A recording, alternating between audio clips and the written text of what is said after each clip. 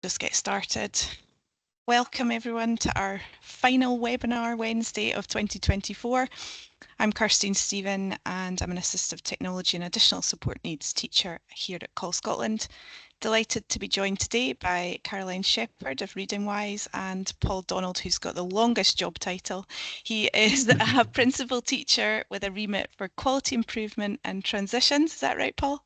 Yeah, certainly is, yep. Across the associated secondary group at Lochside in Aberdeen. So welcome to you both. Thanks for joining us. We've got people joined up today, signed up from all around the globe. So a very warm welcome, whether you're joining us live or whether you are catching up with the recording later on. So Robert has pressed the record button and he's keeping an eye on everything in the background. So the recording link will follow today's webinar by email.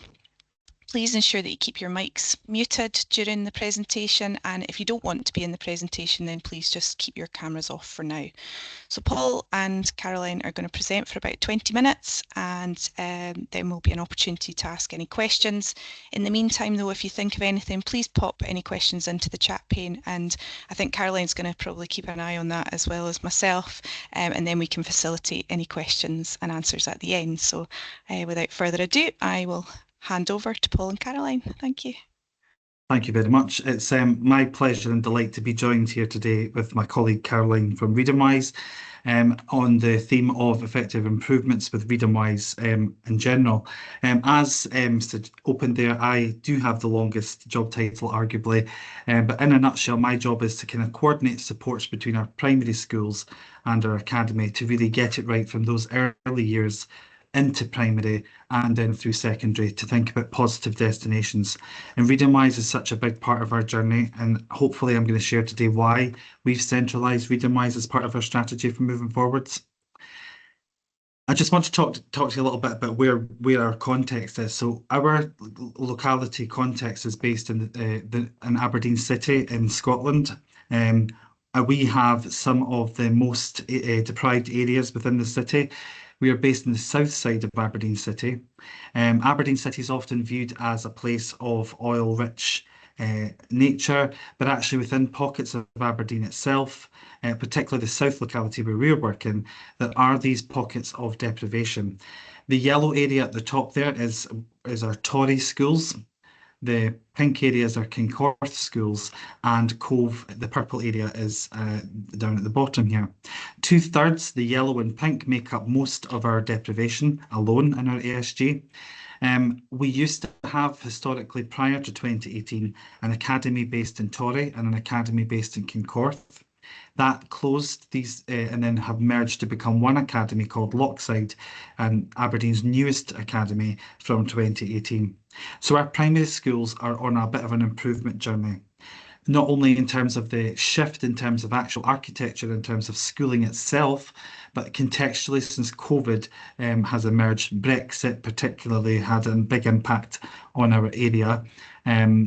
All of these factors combined are some of the reasons why we're working on improving together with partners like Readingwise. Our sort of core approach is to really focus on 6 ambitious drivers and being ambitious in numeracy and ambitious in literacy. And I'm going to speak about why we're being ambitious with literacy and numeracy. Although Readingwise arguably is a literacy-focused programme, I argue that their approach far extends the literacy realm alone. They don't only support us through literacy interventions, it supports the general well-being of children, because if children are attaining well, they feel better in their education, they're more motivated to learn. Readingwise offers the opportunity to plug specific topic-based approaches to literacy. For example, numeracy, mathematics, vocabulary can be given to children and complemented alongside the learning and teaching within the classroom, for example, through numeracy.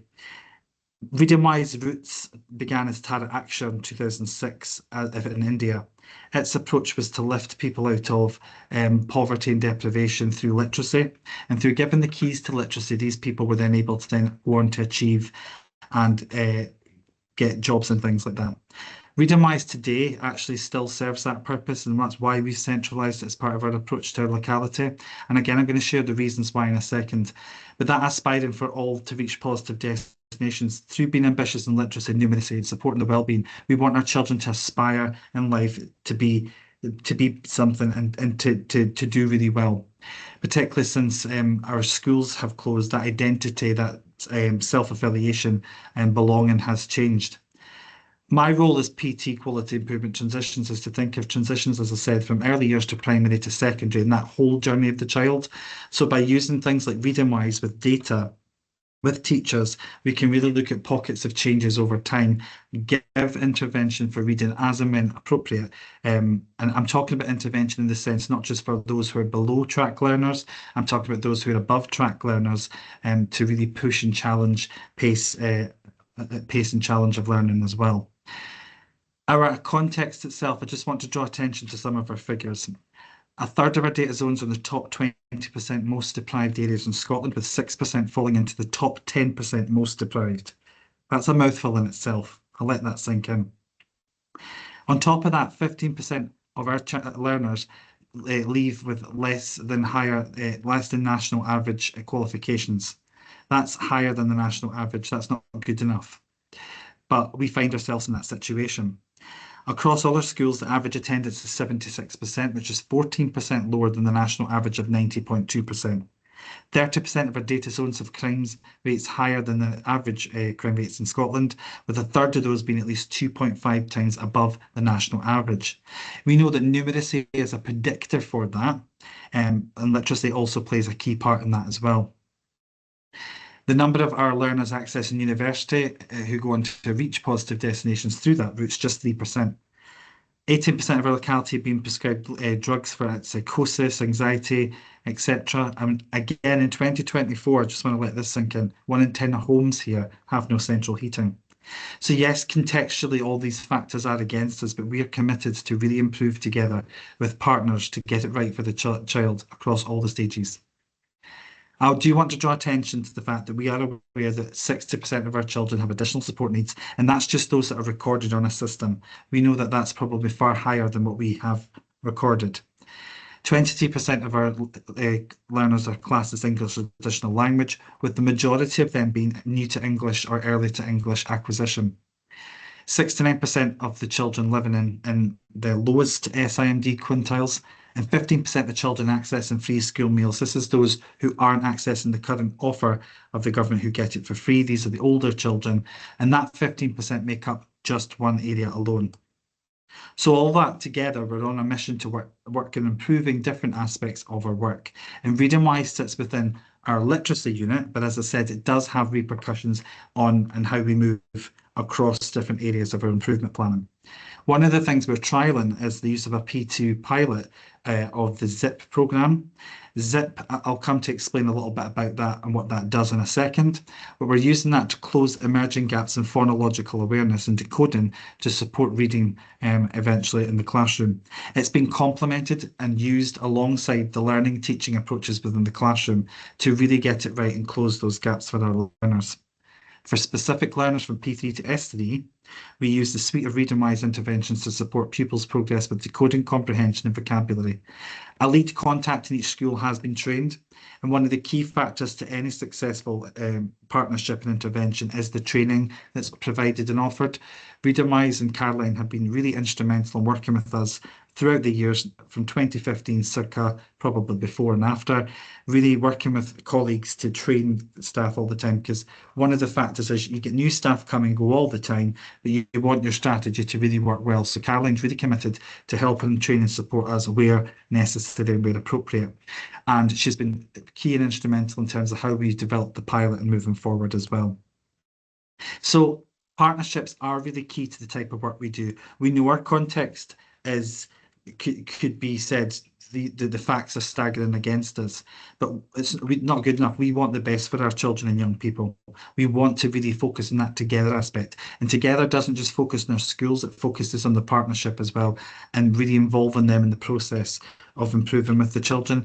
Readingwise has been an instrumental factor for that. Our approach as a local associated secondary group, we've developed our own model here. Well, I have. Sorry, the light turns itself off. I'm just going to switch it on again. Sorry. A few seconds.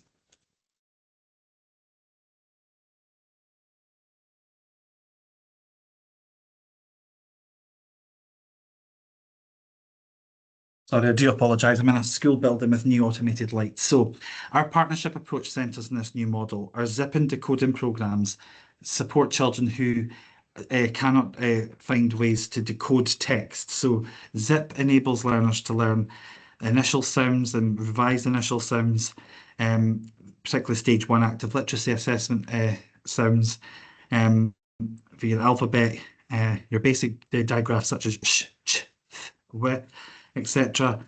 And then your decoding program has a more nuanced approach with different lesson plans built in it. I call it the snake because of the way it's laid out.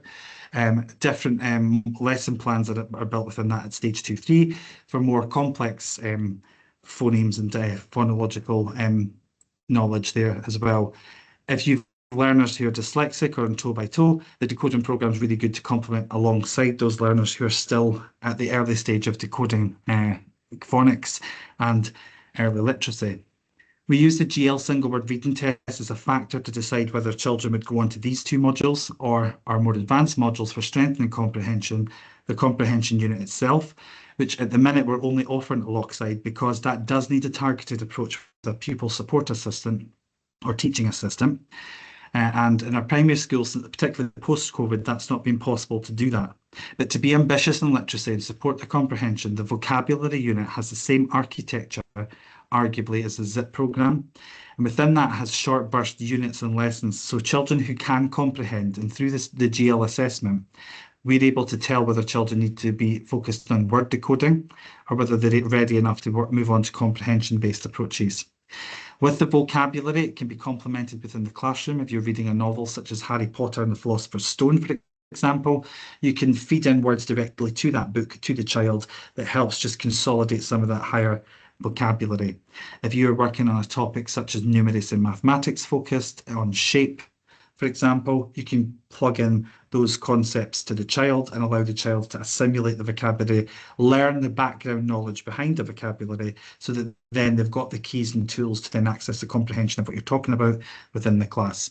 So these modules have an interchangeable approach with the child at the centre, and that's really what we aim to strive in doing so. In Scotland, the three-stage tier approach is often adopted across some local authorities. Some use a 4 and a 5-stage model. I'm just going to keep it nice and simple. With Readingwise, it's arguably difficult to think of how to prioritise the offer that you give to your children. At universal level, Readingwise can be delivered in class. It does require teachers and practitioners to be trained in the programmes. And that's one of the key things that Caroline's offered over the years, is she's really supported us with teachers who need that as and when. We are due to move on to looking at a small unit with the vocabulary with our teachers at the minute, and Caroline will be instrumental in how we move forward with that.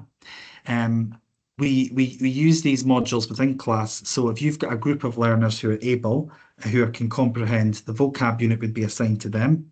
For those who are still at that decoding stage, depending on the severity of the decoding, whether it's initial sounds or they're ready for those more challenging phonics. Depending on that nature, we recommend that within the class, that's built in as part of your guided reading. So the teacher reads with their learner, a group are on their iPad with Readingwise or a Chromebook, accessing the learning. No child knows which module they're on. It's an equitable model because children are all accessing Readingwise to consolidate and complement the learning and teaching within the classroom that's already going on. Targeted support or enhanced, if you have the option, you can see how interchangeable it's been. Except that the targeted and enhanced, it's more STAN approached, specific, timed, aligned, and numerical. So we recommend, and research recommends particularly, that if you can universally offer this within the classroom, you can make maximum impact. And if I take the ladder of adaptations here for an example, the further down the ladder you go, you dilute the process of learning for the child, particularly around the aspect of differentiation.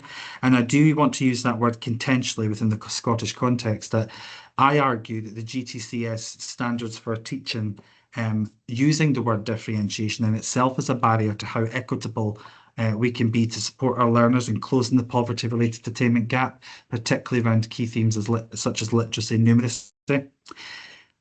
If we use the word adaptation, and I've done this experiment many times, teachers often then focus on the personal support aspects. That's where we could focus our supports better in supporting our learners within the classroom and removing that need for that targeted stage. Of course, there's always going to be a need for targeted and enhanced support where possible, but within the classroom setting, especially with the digital divide being such a debate, and the investment of an ICT infrastructure that's ongoing in schools, there is an opportunity to utilise programmes like Readingwise within the class setting itself, reducing anxiety and stress for the reader and the learner, but also supporting the learning, teaching, assessment naturally within the classroom and allowing the teacher to use that ongoing data to make those improvements on an ongoing basis and removing that need for potential targeted support. Where targeted support do work with the child at that middle level there, we would recommend that the teacher works closely with the support for learning teacher to find ways to use the data to inform teaching. One of the ways we did that with the decoding programme was through the use of toe by toe. I just want to draw on that. That's often a resource used in our schools to support learners with dyslexia. Within that, I often find one of the barriers to that is the one where they've got to make up nonsense words and break them into syllables. Well, Readingwise really complements that through the decoding programme in one of the modules. Having that alongside a wide range and package of interventions and learning and teaching approach and that collegiate conversations between teachers at that universal stage / targeted stage, you can really remove the barriers for learning around that personal support and challenges offered. Our P2 ZIP pilot that we've tried, it grew out of the fact that our attainment in our P1 cohort at the end of June 2024 for 73% of our learners were on track or above. There was 8% of our lowers not in line with the national average of achieving early. One of the key criticisms of the Scottish context is that, particularly with the P147 and SD Scottish National Assessments approach, we are comparing schools like for like. So our school locality gets compared with schools in more affluent areas on that same comparison of that 81%. Contrast that with the secondary context. Virtual comparators are used where children are taken based on SIMD profile, additional support needs profiles, EAL, and they're put into a virtual school and compared that way, which arguably is a more equitable way. Because we, and I use this term, mark our own homework in Scotland through the national benchmarks, we then are compared like for like against other schools. Despite that, at our early level, 8% of our learners were not attaining in line with that. And we knew that we had these barriers of EAL, ASN, and SIMD against us. But 8% is an achievable figure. We knew that the summer holidays were coming, so that the forgetting curve would be a big factor in moving forward with our learners. We don't want that to become an excuse or to be forgotten about, or we wait 3 or 4 months down the line because we use the new class as the excuse for moving forward. We know that that's a part of the transition for the child. Coming back in August and re-establishing relationships with the teacher is key. But what is really key is recognising that those 8% of learners need that support immediately when they come in August. And that's what's been key to my role in supporting teachers. So what we did was we developed a pilot. So by the 6th of December, which is coming up, we're coming to the end of this pilot. We were hoping to see at least 7% of our pupils achieve early level. Actually, looking at the data that's coming through, it's looking much healthier than that. Although we haven't completed the actual initial pilot and the data hasn't pulled through for that pilot itself at this moment in time, data does look healthy overall. What we did with the pilot, teachers started off with an assessment. In our context, our learners use a program called Active Literacy, and the stage 1 phonics looks like this. We recommended that there was 2 parts to the assessment. We supported teachers to look at the data. So this is your initial sounds, we call it. These are your alphabetical sounds, if you like. These initial phonics were assessed, as were the digraph assessments from stage 1. Children who tended to perform better with initial sounds had secure knowledge enough by the end of P1 to be able to move on to your more CVC, CVC, CCVC approaches, which is consonant, vowel, consonant. We were then able to use this assessment to direct learners because trying to get a baseline was a bit of a challenge between these 6 different primary schools. Using this universal approach between the schools and that collegiate discussion enabled teachers to support what would happen with the programme. So we recommended children who had secure initial sounds would either move on to the A, B or C phase, depending on how well they performed in Part A and Part B of this assessment.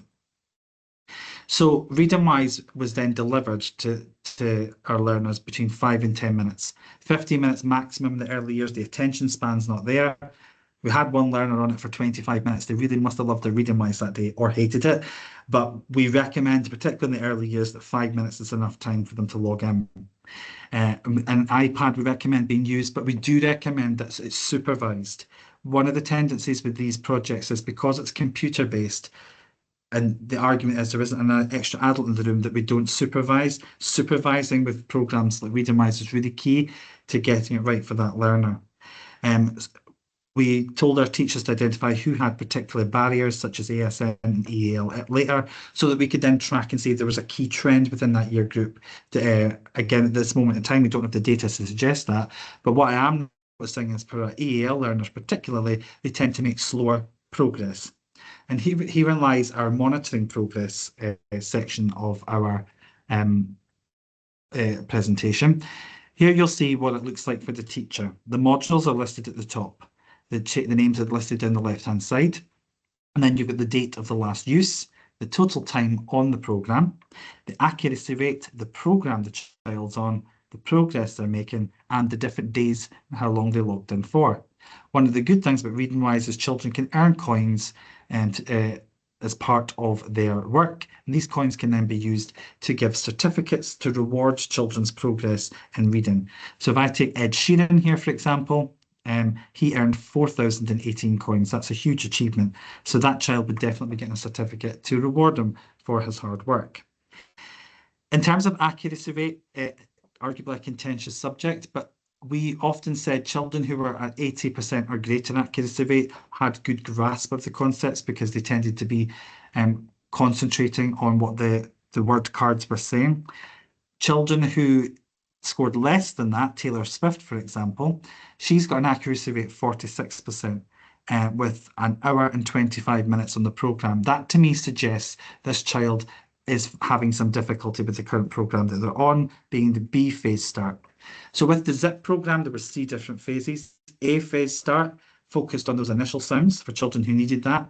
Based on this assessment, children had a poor phonological knowledge at this stage. We would have put them on the A phase.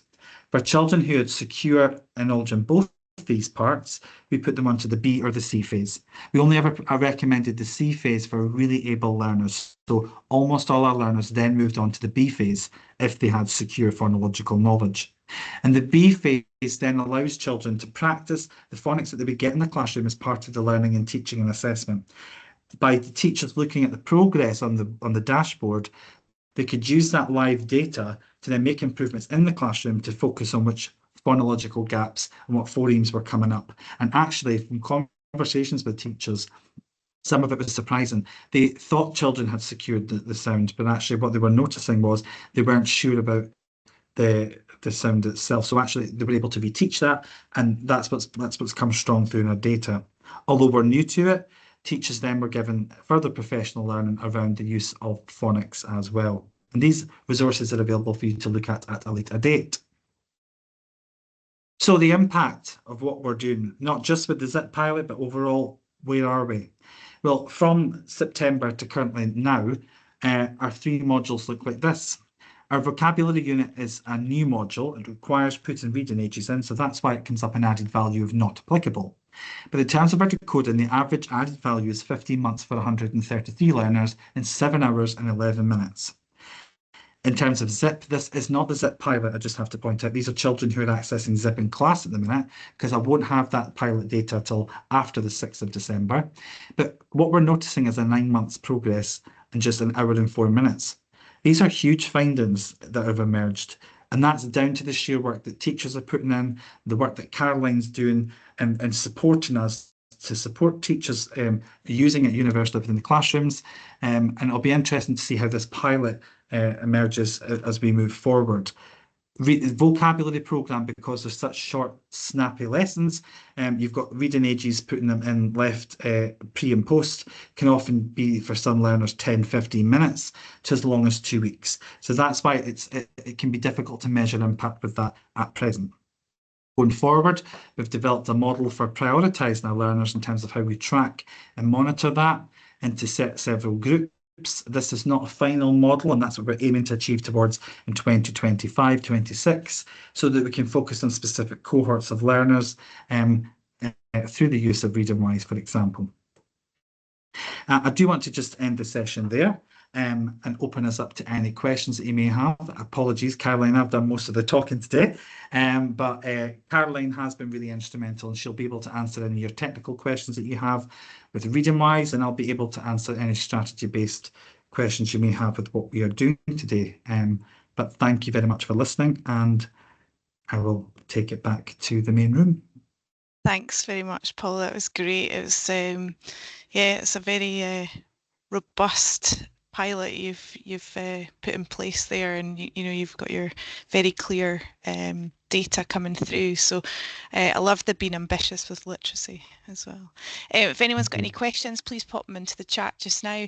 I was actually going to ask you, but I think you know you partly answered what one of the bits I was going to pick up on, and it was you know about having any specific data for your dyslexic learners, but have you just not quite got there as yet?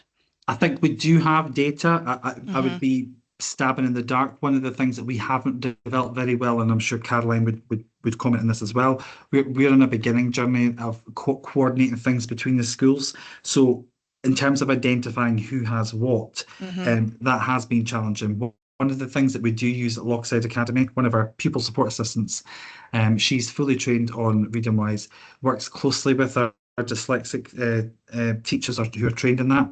What we would like to get to is the point where we're utilising that data effectively. But with the example I gave of the toe by toe and using that to support a dyslexic learner came through my previous role as a principal teacher of pupil equity funding at Walker Road School, which is now called Greyhope School, in the yellow area Torre that I shared earlier.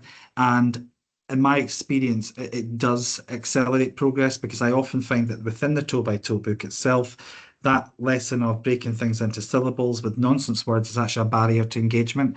The motivation of the child often shrugs. The child then doesn't want to engage with the book, even though they've been enjoying it up until that point. It's making progress. So using that alongside the suite with decoding can really, in my experience, accelerate progress and support motivation to learning for a dyslexic learner, because of the tools that are built within a Chromebook, for example, the Read and Write toolbar, which Readingwise allows you to use. Right, so that was my next question. And you can also use the different colours on the screen as well for children who need that. So actually having that alongside that is a really powerful tool. I think if you're using one resource to help, you can bore children as well. So yeah, I agree. A few questions coming through. Probably the first one for you, Caroline. How many local authorities in Scotland are actually currently using Readingwise just now? Yeah, thanks for that. I think it was Paul that asked that. Oh, Craig, sorry, that asked that question. So we have. Our work in Scotland and across the UK and other countries has really evolved through contacts we've had with schools. So we're a company in inverted commas, although background of teaching. And so one authority pays centrally and has done that. South Ayrshire authority I've worked with since 2015.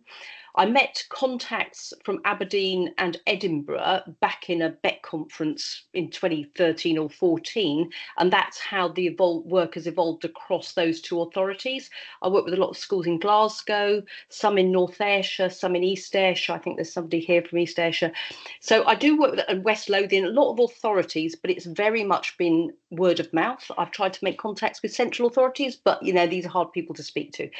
We're open to working with central authorities or with individual schools across. Okay, I was wondering, do you want to just pop your contact details into the chat, I think it's on the slide there, but yes, I'll definitely type that in. Yeah. So somebody's asking there, Paul, you're a PT from a secondary and you rolled this out to cluster primaries, or is this authority led? programme or So I something you've want to gone just for in your... point out, I was actually trained as a secondary music teacher initially. I then went into retail management, came back and then taught as a primary teacher for a number of years, worked as a principal teacher in a primary, and then come back as a principal teacher within a secondary group. Although I have Lochside Academy at the top, I work on behalf of 7 schools. So I have that overall arching vision. But actually, what I'm trying to achieve is a strategy and a vision with 7 head teachers on board and schools on board, with most of our inputs being delivered at bigger scale through in-service days, but working within each school uniquely to support specific school improvement plan aspects, but with the overall arching vision of the ASG emerging from that. So if I just quickly share one slide just to illustrate what I meant, because I did flash it up very quickly. But through all of our work, that is all of our work that we're working towards across those 7 schools in a strategic approach. And of course, each school has their own context and things, but we developed that as a result of working with those 7 schools. So my role is really to coordinate, support all the head teachers in delivering the vision, and with Readingwise particularly through this aspect there. Super. Somebody asking, they work in secondary support, would you recommend it for working specifically with dyslexic and learners with English as an additional language? So I just pick that up because I think there's been a response there from a secondary teacher in East Asia. I think that's who Ms. Hoy has fed back. I think it's used across a wide range of learners. If you look at our website, there's research projects and case studies, all of which can be looked at and downloaded, which cover a huge range of literacy barriers and the young people with those barriers that we support. You've also asked about pricing. I think one of the things in the case studies is videos from South Asia, and they refer to Readingwise being good value for money. We get a lot of people coming back. We do respond to individual needs. PEF funding is being withdrawn. There's all sorts of complications around that.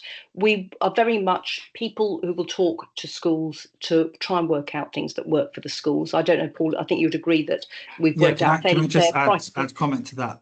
First, I'll start on the pricing element. What we've done is our locality work, we're using our locality funding. That's where I'm funded through with the ASG, because we understand our PEF funding will potentially fall.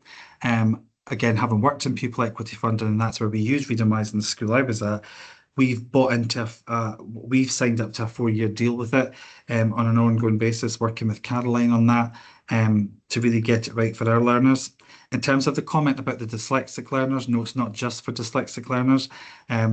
Apologies if that message came across, but actually it's our ambitious and literacy strategy is to support learners who are able as well. So your vocabulary unit, and a wide range of research has been done around this, particularly with McEwen and Beck and Quigley. In fact, I took part and supported Caroline with the Readingwise vocabulary pilot.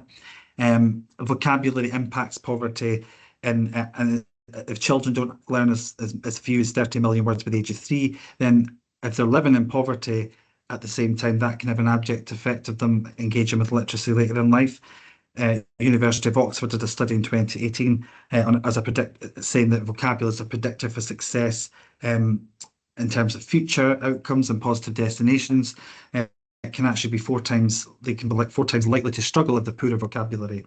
And particularly from a transitional point of view, as a secondary teacher and the work I'm doing, a lot of research has been done around that P7 to S1 stage, particularly around the tier 1, 2, 3 vocabulary, which again comes from the roots of the Beck and McEwen research.